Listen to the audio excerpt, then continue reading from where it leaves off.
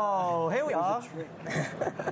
I'm joined by Stan and Frank from Bannerlords, who'll be taking us through basically the demo that you've now practiced on the stage and now delivering to a very excited group of internet people. We're excited too. The hype is very much real right now. Chat is getting seriously into it, so we can't wait. And it's just exciting because it's like live gameplay as well, so anything can happen at the same time. Before. On our stage downstairs, right? No, this is the biggest chunk of live gameplay we've ever shown to the public. We did like press things last year, but this is like public live gameplay from the new game, so it's super exciting. And this is coming directly to you for the first time. Well, ish. 40 minutes of gameplay of Mountain Blade. 40 minutes. And I'm going to let you guys lead this one because I'm kind of excited because I played a lot of Mountain Blade as well. So. Yeah, should we get to let's just get into it. Let's see. Okay, brilliantly. So, I mean, I get the feeling that most people watching right now know what Mountain Blade is. Yeah, but it might be worth going into. Just in case, what it is, it's like a medieval sandbox sort of world which like combines action, RPG, strategy, and simulation. Right. So it's a strange and interesting mix of genres, but it comes together in sort of compelling, unique ways. It all interconnects and will sort of show how that works through the demo, and also the improvements that we've made in Bannerlord itself. Bannerlord, of course, is Mountain Blade 2, so it's like our first full follow-up to like the previous titles in the series. It's a sequel, so it's set 200 years before the events of Warband. We've got a bigger map, bigger battles, and all sorts of just exciting new features in the game as well. So let's get started, right? Yeah, awesome. I like both the banner and the Lord. The banner and the Lord, yeah. Of course. Good. We've delivered on both fronts so far. We're done. Got it straight away. Awesome. So what are you like? Okay, we're on the world map straight away. Okay, so this is like a save that we're loading in to sort of show you some of the sort of later gameplay rather than what you start off with. Normally you start off as like a sort of nobody in the world, right? And you just have to carve your own destiny and become someone in the world. We're actually a lord right now. Oh wow! So we're like a lord of the Britannian faction, which is like inspired by kind of Pictish, sort of Welsh, kind of Celtic kind of inspired faction that we have, which is new to the game. But before we get into the demo and talk about the game itself, we're actually going to go and customize our character, right? Yes, and let's do it. Find someone to play with. So I'm going to take the reins here. So this is a feature. Wow. And yeah, Sten's going to tell us. Okay, sorry. This is a feature that we're very excited about showing. Since Mountain Blade is an RPG, making your own character, customizing your appearance is very important, and we spend a lot of time making our customizable options both detailed and realistic. So we have, if you go to the body type please, we have two different sliders for changing our body type, weight and build. We can also change skin color, we can switch between voices, and of course you can play female or male. We have, of course, a bunch of hairs and beards. We can switch between our eyebrows, teeth type as well. Which shows us another feature which is new in Bannerlord, facial animations. Although this isn't completely put into the game in all situations just yet, it's fully supported in the engine whenever we want to. So. Another thing about the GUI is that we've designed it so that it's made to get quick results. You can go into each part of the face and randomize, or you can randomize all on this button. So we have prepared a few phases that we're excited to show. You want to take over? Yes. Let's just go through. Just start with 4, shall we? I'm sorry? Yeah, go. Yeah, okay, I'm doing it. Start with 4. Okay, all right. This maybe some people would recognize. And we have this guy.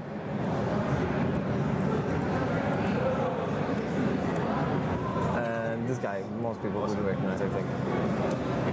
It's the like the burlap sack pants that really make that one. So as you can see, the face customization tool is already very powerful, although this is a work in progress.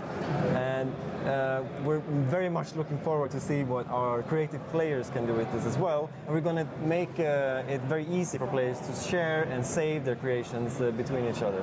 Awesome. Yes. That's a hell of a jawline. We also have this guy. I will finish what you started. And so because this is like, this is the generic system that we use all of our characters in the game, right? It's not just the player character, all of the characters that we have in the game use this.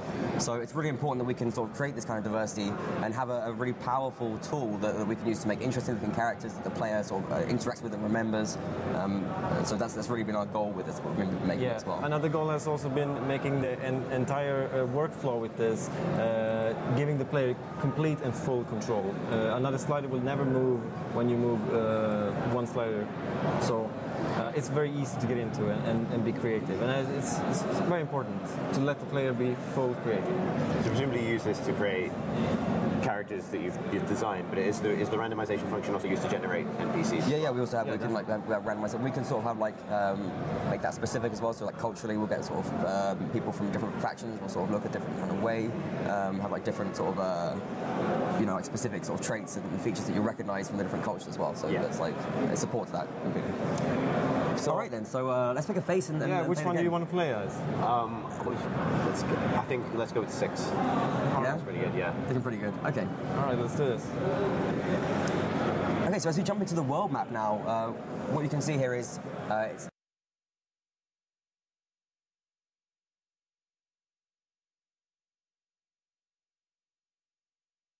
it's similar to what we have in the previous games. It's a familiar kind of style of world map. Obviously, we've made it look much prettier, added a lot of detail.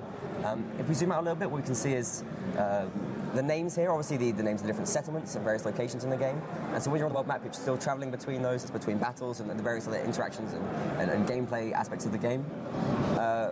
Over on the west, where we have the in red, it's the Valandian faction, and this is sort of the spiritual ancestors, sort of Swadia and the Rhodoks. Right. They're actually enemies with us in this game, and so these are the faction that we're going to go over to, find one of their lords, and hopefully take them out in a big old battle. That's what we're going to work towards through the demo and show at the end. So right now, let's jump back to our own character. Still the same thing with the previous games. We click on the world map just to move around. As we move, everyone else moves. It's like simultaneous movement, right? So it's still very much Mount and Blade. I mentioned before that we're a lord in this faction. We don't have a very lordly host right now, though. It's just four of us and our companions. So what we're going to do is we're going to go to a local town, and we're going to bring a garrison that we have there back into our party, and then go around as a larger army for the large fight itself. So let's head towards Dunglanis, a very sort of Welsh-sounding name that we have for one of the towns of Britannia. And so we showed off a little bit of our map before. We really tried to work hard on making it look prettier, also present more information as well. So you can see, like, around these villages, you get information about what they're producing. This is like a tanning area as well, so it's producing leather hides, that kind of thing. If we just pause here as well. So we see that we have this small party of 7 troops, and what it is a bandit party, right? Mountain bandits, and what mountain bandits do, or any bandits, is they're bullies. So they're picking on our peasants, and they're disrupting the flow of our economy. So what we want to do is chasing peasants there, right? No, that's more bandits actually. We're infested right now. And it's chasing the bandits. Yeah, but we'll let's get to a fight with these mountain bandits and try and take them out. We're actually slightly outnumbered, but relying on Sten's ability here, we should hopefully see us through. We're sort of pretty well equipped as well, so let's just jump straight into the fight, I think. We could talk about what we can see here a bit later on. And so we have like this, we have like a good 2-handed sword, we have a horse, we have some decent gear, and hopefully we can win this fight. So I mentioned already, it's like action RPG, strategy and simulation. And what we have in the battles is the action part of the game. It's still the player skill is what counts. When you shoot an arrow, it's all physically calculated. So if the arrow hits someone, that's what does damage. Nothing to do with your character. It's all still your action gameplay, and that's what's rewarded. This is a lovely open forest, by the way. Yeah, of course we have a lot of forest in our scenes now as well. So because it's like Britannia, we have like loads of forests around here, and it's obviously reflected in the scenes when you jump into battle. We also have things like the spanning steppe and the deserts and the tundra in the north. Nice. Absolutely lobotomizing. Okay, and so our companion's doing pretty well. Actually, they've been taken out. Oh my god. Sten, come on. Come on. I got it. Hold out. Okay, so you've got this big weapon, right? It's still the mounted blade combat. You have a lot of direct control over your swings and I like that your name is Phil, isn't it? And so it's kind of okay. We won? No, this guy left. Okay, so we can take out a bow. Obviously, still have first and third person mounted dismounted combat. A great variety of weaponry as well. Hey. He went full Boromir there. Okay, so brilliant work. We took him down. You can see we have our big 2-handed sword right here. If we just show off how the combat's still working, the blocks and the attack directions the same way, but we sort of deepened it and tried to make it a bit like harder to master at the same time. We've added lots of new animations, made it look smoother and more attractive as well. Let's jump out of the battle then. Oh yeah, we have a bit of information here. We can show this in the large battle list screens and the detail we get there. let's grab the bandits. Prisoner. So fortunate enough to survive, but unfortunately not fortunate enough to avoid a life of slavery as when we set them off. Let's head on there, and we can loot some of their gear as well. Rough fur armor, that looks pretty good. Let's grab that. That's cool. Sweet. Okay, nice. All right, let's continue into Dunglanis. Yeah. All right. Okay. So, So when you enter a city, this is what you get. A menu of options. You can join the tournament directly or visit the tavern or go to the castle and speak to lords. We've improved these screens from our previous games. Now you can see which people are in the city, and you can also see information about the city, its garrison and the population's morale. Now the reason we give all these options is because it's always up to the player if she wants to explore or not.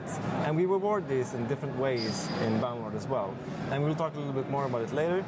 For now, we're going to pick up our companion and the troops which we have garrisoned with him here. And he is in the tavern. You can see he's in the tavern from right there, so.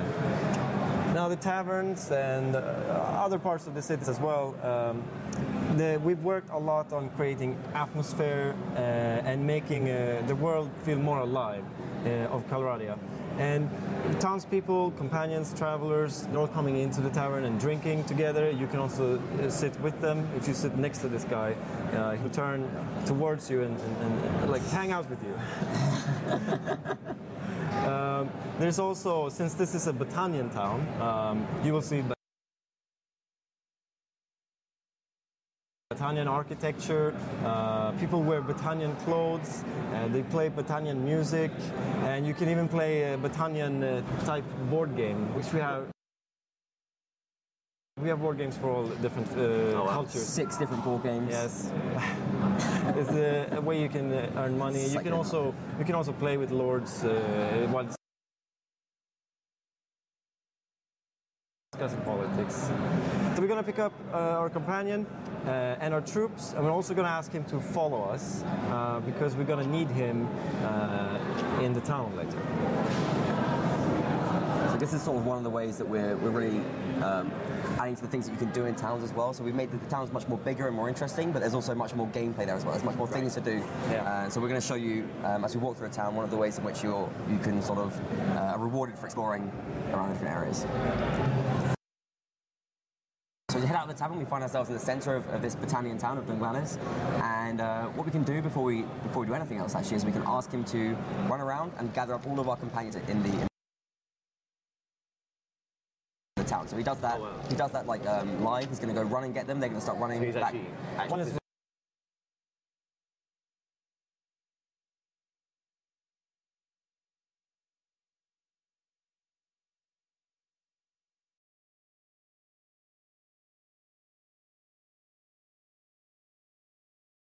Yeah, one was just saying like a relay race. Yeah, exactly. And he's going to start heading around and picking up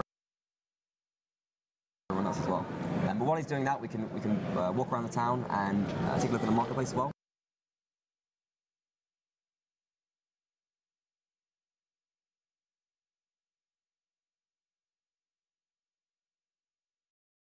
If you have a look up there, you can see the castle. So obviously that's where the Lord is. We can go up there, speak to him.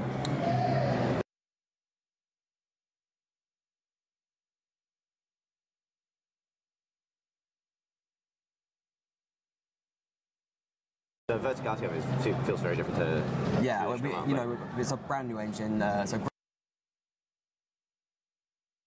graphically, obviously, the graphic fidelity is vastly improved over the previous game, and there's so much more detail and attention paid to the scenes, and you can really feel the culture with all of our immersive different features that we have, like so much of the music and all of this great feeling of being in like a Battanian town that we have right now.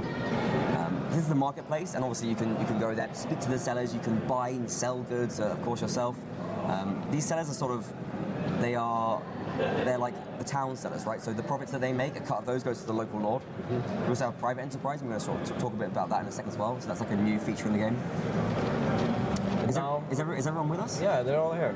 All our guys. Okay, So we're ready to show another new feature which we're very excited about as well.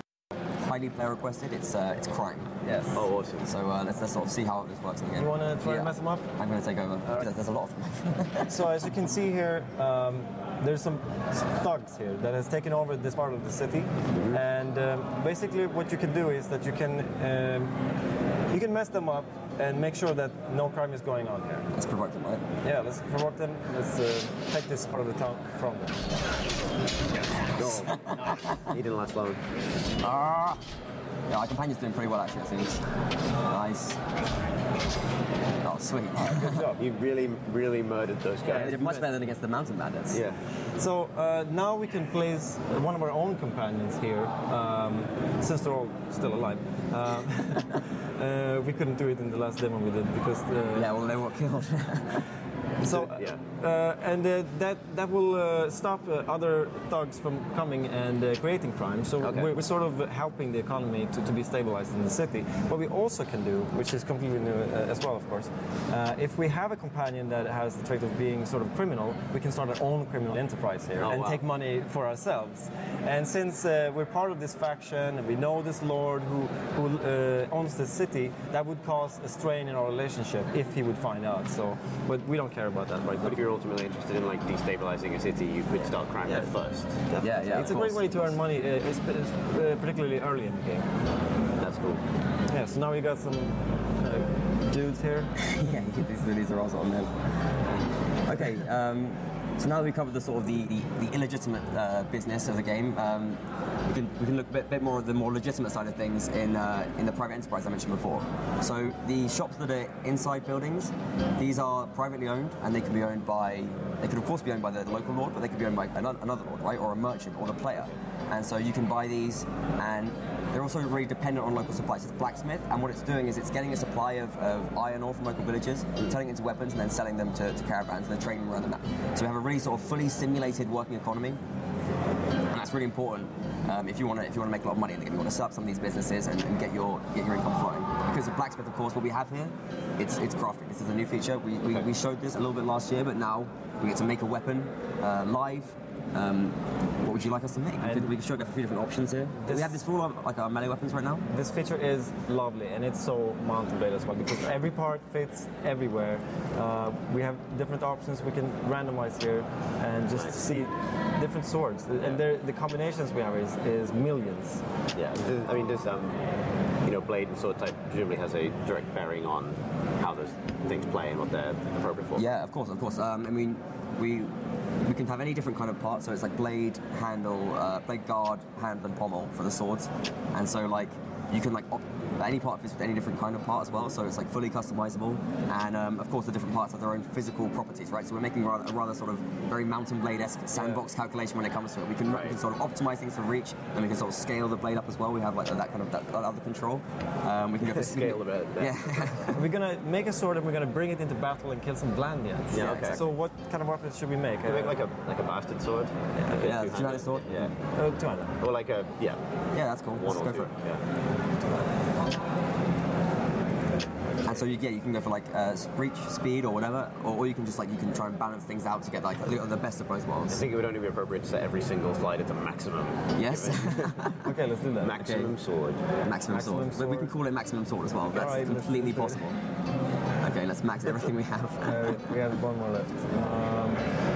Yeah, that's awesome. Wait, this guy. Okay.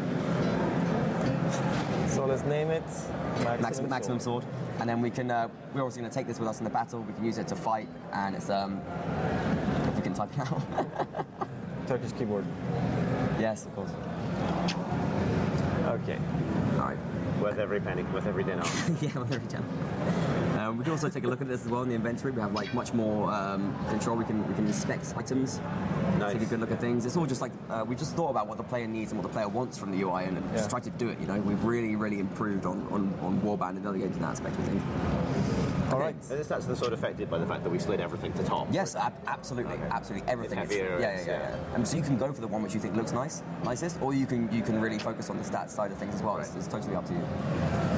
All right, so we have our party, we have our men, we have our maximum sword, and what we're going to do now is head towards the Vlandian Empire, and we're going to find a lord on the border, and we're just going to have a big fight with him, basically. Great, sounds good. Of course it does. This is like a staple of the game, right? Yeah. It's the huge battles. Before we do that, we're going to speak to an allied lord, though, first. and what we're going to do is get them to follow us, because we're still a sort of reasonably small party. We have like 60 odd people, so we have the appropriate name Gowig there. He's a real veteran of the faction, you can tell. Looks really happy. Yeah. He's perfectly showing off our facial asymmetry that we have in the game as well. This is the total option we have that we added into the game. Okay. Oh yeah. One thing to mention here as well. You can see on the screen right now. So this dialogue option, it has the 100i factor. This is like a new currency we've had in the game. It's called influence. And so what it is, it's like the power you have to request things from other lords in your faction. So by doing things and completing tasks in your faction, following armies, fighting in battles, you gain influence. And sort of by being a sort of a high-ranking lord as well, you get influence gradually, and it accumulates. And you can use this to do various things like get lords to follow you and sort of command. It's like an IOU, I suppose, really. And you earn that, and then you can spend it in a sort of a direct way. So now he's following us on the map where we go. They're happy to follow us for a couple of days at least. But they will eventually say, like, we need you to do something before. Yeah, of course. And if they're like busy with something else as well, they'll just outright reject it. Right. So we're gonna find the Lord from another faction, and he would be here in the outskirts of the other faction which we are at war at, Vlandia. And we're gonna try to defeat him in a large battle. Okay, let's see how this goes. Just gonna wait for daylight. Alright. So this is Ekerot, and he's a Vlandian lord. He's got a great face. And you can see, because he's an enemy lord, he's already quite hostile. But at the same time, we slightly outnumber him, so he's not actually going to try and directly engage us. We're going to have to deliver our terms to him, and we're the aggressor in this fight. So let's just provoke him. We don't care. Yield or fight, we'll force his hand and get straight into his battle.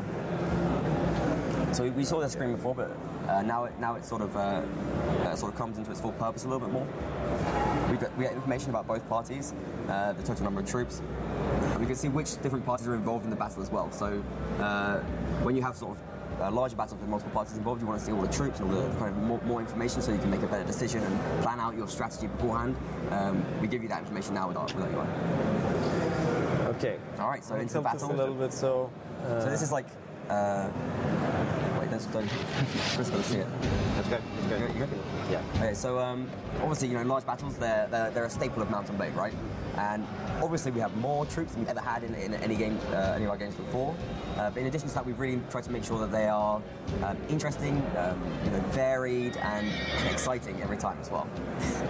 So you've got our new armor there we're wearing. What's your game plan here? All right, let's first scout a little bit and see what the other guys are doing, our opponents. You can see them, and they're defensive player Ekaran. So he wants the high ground, and he doesn't need to come further to us because he's the defender and we're the attacker. So I'm gonna have to come to him if I want to battle. So what we do is we've got much more advanced AI working here. They look for high ground, they hold that. They don't want to give it up easily, so it's going to be sort of on us to find a way of approaching and assaulting him, and this sort of difficult defensive position that he's set up for himself. We have much more sort of detailed command options as well. We can sort of create formations by dragging them on the world map, or the game map, sorry. And we have some pretty decent troops as well. Battalion, so our strength is really in our longbowmen. But at the same time, we've got a good core of cavalry. You can see Gowig there, along with the horseman front. Because he's following us, that makes us the commander of the battle this time. So in previous playthroughs in the demo, we've gone from the right. I'm going to go from the left this time. Let's try something new. I never tried another tactic. So I'm hoping we will win. You can see Ekran as we move around. He's sort of changing his formation. Right? He's changing to face us and make sure that he's ready for whatever we do. The first day I died, but that actually was great because it gave us the opportunity to show off another feature which we have. The battle continues. Let's hope we die again. Yeah. Okay. The battle continues even though. Horribly wrong. If I would die, my troops, since there are more of them, and if I give them the order of charging, then probably. Dude, you're gonna get shot in the. You are charging. You want to get back. What are you doing? I'm gonna put all my men here. See? Well, this is still Mountain Blade, so we're still completely vulnerable. Yeah, an arrow in the head is an arrow in the head. Yeah, we're not wearing a helmet right now, so this is like. That's right. There's still no fantasy, no tricks or special options for the player. You're still very much in the fight, and it's still like every character has its own AI, their own behavior, so you can fight one of them and they'll have a meaningful fight with you because they're controlling their own blocks and attacks. Now we have much more developed sort of like grand AI as well, so they're thinking much more tactically about what to do. You can see the AI is always responding to whatever I'm doing when I'm moving my troops, wherever I am. They will change dynamically and see what I'm doing. So let's try and bait him down off the hill, I think. This is a good bit, because if they want to run away later, then we'll have to run upward hill. So I think we should send our archers forward. Yeah, and then what we can try and do is, if he spots that they're sort of too far away from the group, he'll recognise that and sort of go for a charge. That's what we want. Yeah, exactly. That's what we want to do. You can see now he's moved some horsemen over here. We're actually having a bit of an archer fight right now. His horsemen coming over to attack. Yeah, okay, so it looks like we provoked them into a charge now. They're starting to come down. They're coming down the hill. Okay, pull them back. Oh my god, no! Get out! Oh god. Okay, so we've pretty much sacrificed our archers there. Let's get everyone else to charge in. What are we doing now? Those guys get what they signed up for. Okay, our archers, we pretty much used them rather awfully there, but at the same time, that's going to give us the opportunity to fight Ekrund a bit off his hill. Can you see him, by the way? Ekrund, yeah, we can try to take him out. That'd be fun. Where is he? There we go. There he is. Let's try and track him down. Maximum sword. Maximum sword, yeah. Maximum sword because the blood. Even maximum pain. So you see the fight is sort of broken out into a full.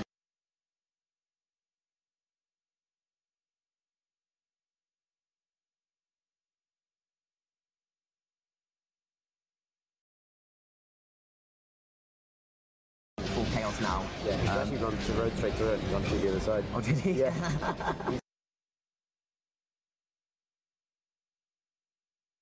He's out of there. There he is. There he is. Tactically passive.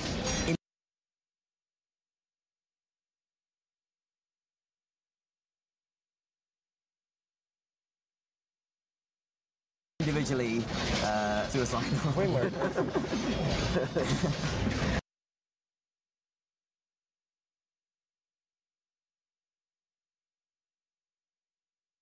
Yeah, he's doing alright actually. Yeah. We just try and take him down.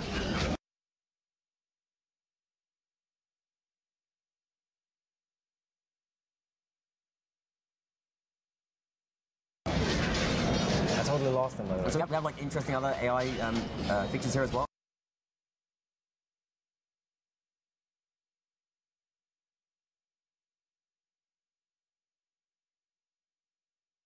So, like the troops, if they are sort of they feel that they're being drawn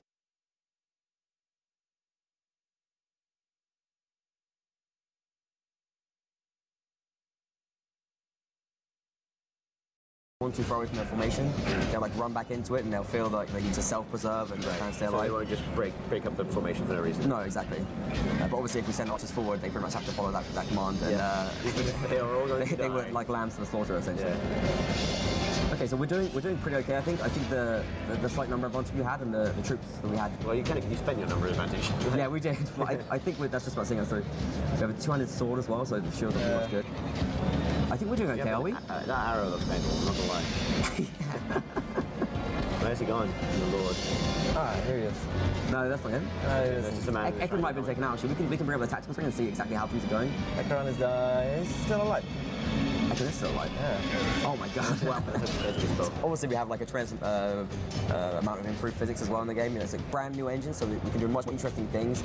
We have like horses will sort of like push you to one side, whether even if they don't go over, you feel like the weight of various sort of tactical approaches. So like a big heavy formation of infantry, they will be like essentially pushing the enemy forward as well. So you really feel like the weight of like using these formations and using them effectively, essentially. This is going really well. Yeah, it has gone really well. I think our troops have seen that was an amazing bait and switch, literally. Like, yeah, I always thought spending your archers' lives simply to get a man off a hill wasn't worth it, but you proved me wrong. We'll have to recruit some more, I think, later. Yeah. Oh, brilliant. Yes. So obviously our troops are now accelerating, and we've got an arrow to the elbow. He really doesn't look like he might. Yeah. And so we get some information we saw brought up a second ago about the battle and what happened. We can see how many kills all of our different kind of troops has got, so we get more like detail here about which of our troops are effective, and we get more feedback about how the fight has gone. I think you lost Azad on See how I did? I killed 2 people. Oh yeah, they got knocked out. Gowig, he took someone down. It's not bad. Good old Gowig. We did well. Like that one trained infantry killed 17 people. Our battalion footmen were very... No, that's just like that's the whole troop. That's Okay, all that's like a one guy. Holy hell. Yeah, I see. Yeah. Okay, brilliant. So we can of course again now we get to take them prisoner. Ekerin got away. Yeah. But obviously, if we take him once again, we can use him, ransom him, make some money, and because we have like more interesting and detailed like political mechanics in our game. So what we can do is we can take Ekerin and we can not just ransom him, we can try and ransom him to a family member or something. We can try and make more money by sort of using the politics that works within our game. We can specifically do that, and the game will respond to it and give you an interesting result as well. Okay, fantastic. Nice. Okay. Alright, this is good, I think. Yeah. Nice. That looks more safe. Yes. Yeah.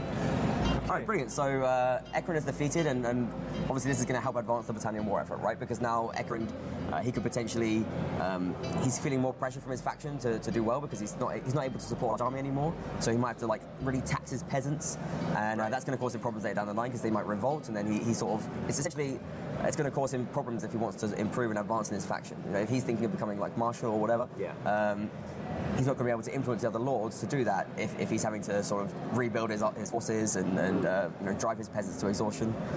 It's cool that his defeat doesn't simply mean, oh, you beat him. It has a big impact on the simulation as absolutely, well. yeah. I mean, it's so much more deep the way that everything is like really internet connected in this game as well. I mean, we could go and find his village, and we can, if he doesn't stop us, of course, kill every single peasant that comes from his village to his town, and then that's going to just really starve out his economy and really cause him problems. And you'll see that in his army as well. He'll have weaker troops, fewer troops, and he'll just be put under much more pressure as a result of that as well. That's amazing. Okay, so that's everything we have to show for the time being. Hopefully you enjoyed it. Yeah, it's really interesting seeing how far the simulation's developed. Obviously the game looks a lot better, but it's still familiarly Mount & Blade. It is, yeah. At a kind of fundamental level.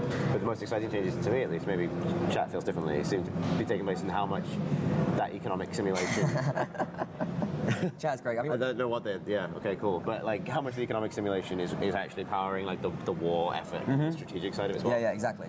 It's really important. I mean, like, and you sort of, you feel it as well in sort of in what happens with trade, because if you're sort of too much in war, you're also missing out on a lot of trade as well. So you need to make sure that your faction is making good money, because that's how the lords have the same constraints that the player do, and they have to pay the wages, they have to feed their army, and they have to do everything that the player does in order to actually maintain a good, strong force. So everything else is really important.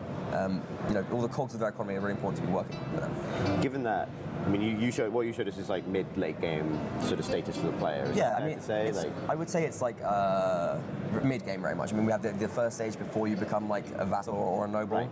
And then you have like the noble stage, and then if you sort of really take it to town, and you can start your own faction and become a king, obviously, of course, in this game as well. Is the intent to kind of get players to that status a little bit quicker? Because anecdotally, my experience of Mount & Blade is often that you spend a lot of time at that kind of early level, kind of like as a sort of very minor player. Not that that's bad, but the thing is like. You can just play it how you want to play it, right? You can start off and become a criminal, and you can sort of take any sort of approach you want to sort of power and money success. But we have tried to engineer it in a way that you can, if you want to get to that stage, there are smarter and faster ways to get there as well. One thing we have is like a main storyline now.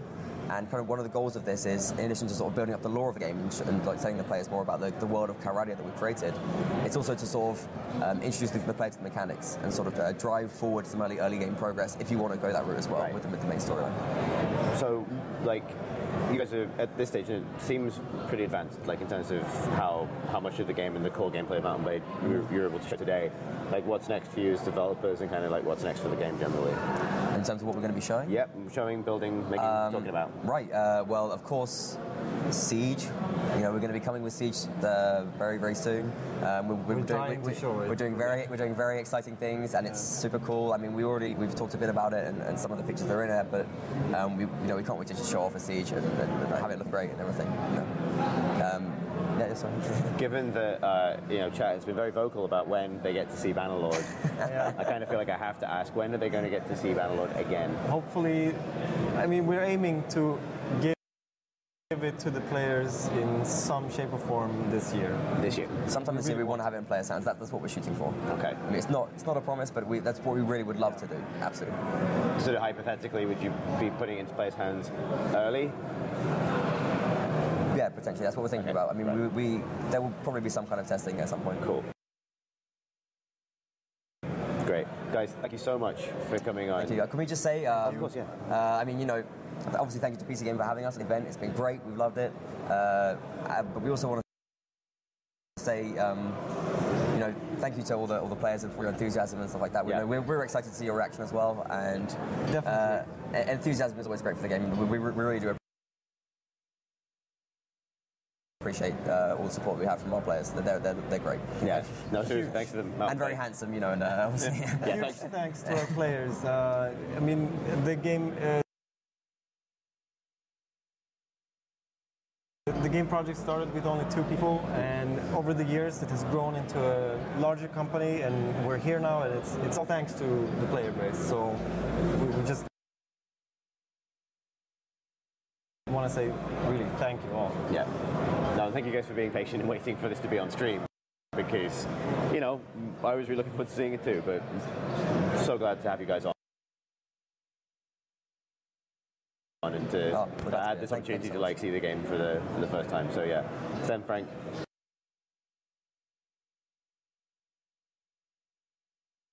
Enjoy the rest of your show. I guess you're done now. You can go and roam the show floor and enjoy it. I think so. I'm done as well now, which is nice. We're all done. Oh, brilliant. Actually, I'm not done. I've got to go downstairs and do a Q&A. So I'm not done at all. But